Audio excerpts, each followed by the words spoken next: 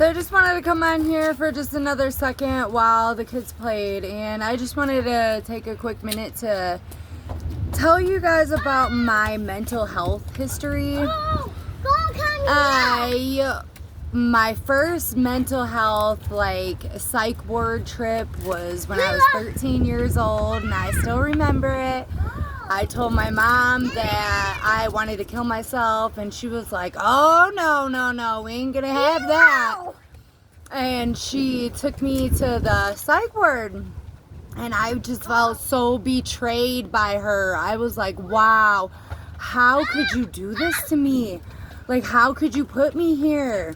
And if my brother and sister are watching, you guys, I felt so betrayed by her. And oh my gosh! Oh, that was a good one, dude. He almost took me out with the It hit it right here. Yeah, it did. Okay, so oh my gosh, the funniest stuff happens to me, I swear. My life is like a dang movie, I'm telling you. Hey, don't do it again, dude. Please don't. Hey, can you just kick it maybe over that way? Okay, so anyways, I felt really betrayed by my mom for her putting me there. Well, I got on Zoloft and blah, blah, blah. Anyways, I quit taking it, and then I ended up getting pregnant at 15. Or no, I was 14, and then I had my baby at 15. And long story short, I had to have my grandma raise him because I was not in the right mind to deal with that.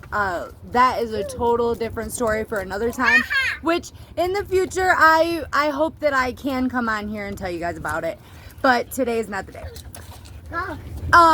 So yeah, the next time I went to the psych ward, I was on these pills called cold and cough tablets. And when you take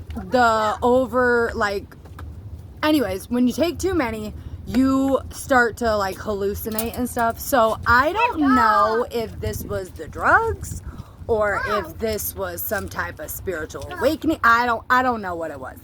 I'm guessing it was the drugs, but I ended up getting a hold of a bunch of paint, and I put my handprints all over my grandma's apartment building that she owned. And because I was living in the upstairs apartment while these tenants were living in the downstairs apartment. And I don't know what the heck, them drugs had me messed up. I'm telling you. I got into the paint, a bunch of rainbow colors, and I put my painted handprints all over the back of the apartment building.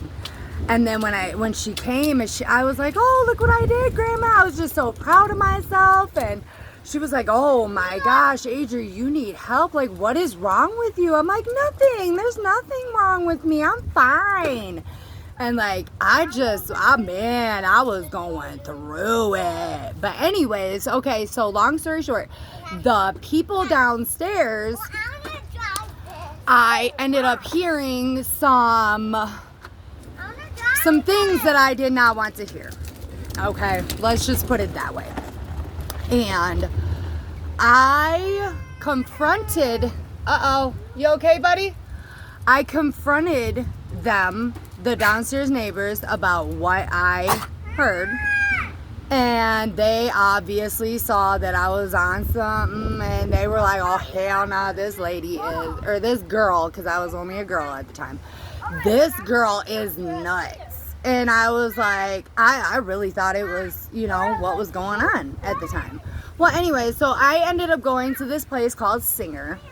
And for my Rockford people, you know what I'm talking about, Singer. Okay, so yes, it's closed down now. But yes, I went there, and I was there for 2 weeks, held there by the police I was not allowed to, hang on, the ball's about to go in the street, hang on.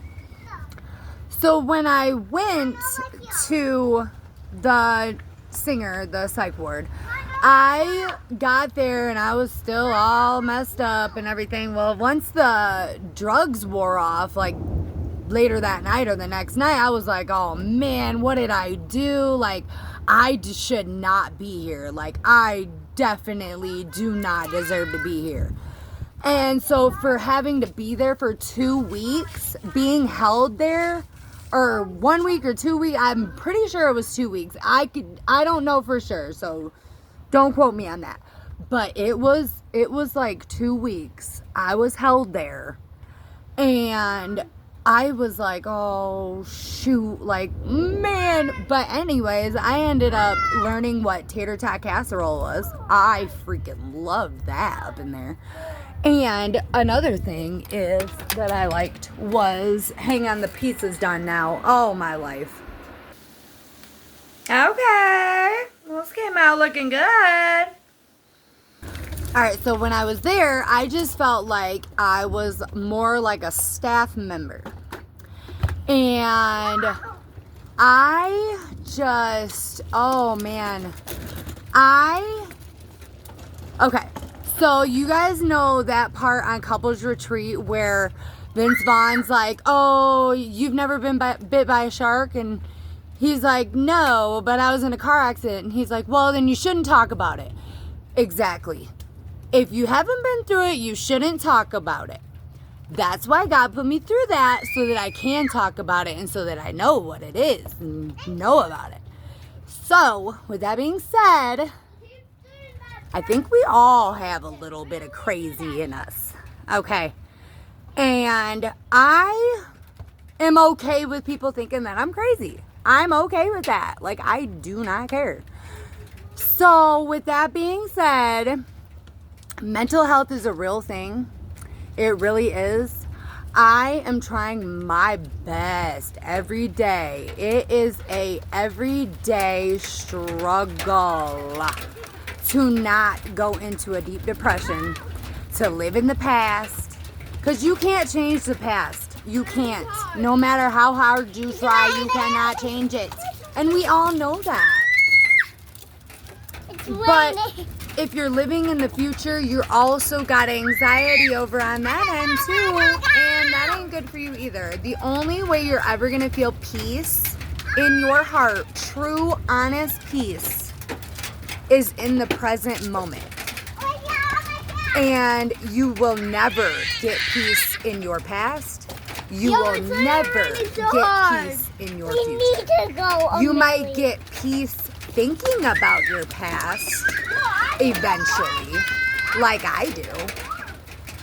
But true peace is made in the moment. That way, when you look back on those times, you're like, damn, I really had fun. Like, I freaking had so much fun that night or whatever, that day. And something that I really think that I want to share with you guys too is that my kids, the last 2 days, I do not like this. they have said 2 days, they have said this is the best day ever. And honestly, that makes me so happy to hear them say that, because I feel like that too. Like, these are the best days ever. Like, I can't even say anything else about that. Anyway.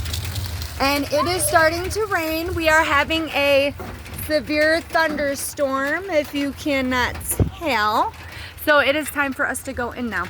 Thank you for listening to my story. I hope that you guys all have a really good day. Mental health, no one should ever try to downgrade what you're going through, because when you're going through it, you're freaking going through it. And I know firsthand. That shit's rough. It's rough. So thank you for listening to my story, and I hope you guys all have a good night.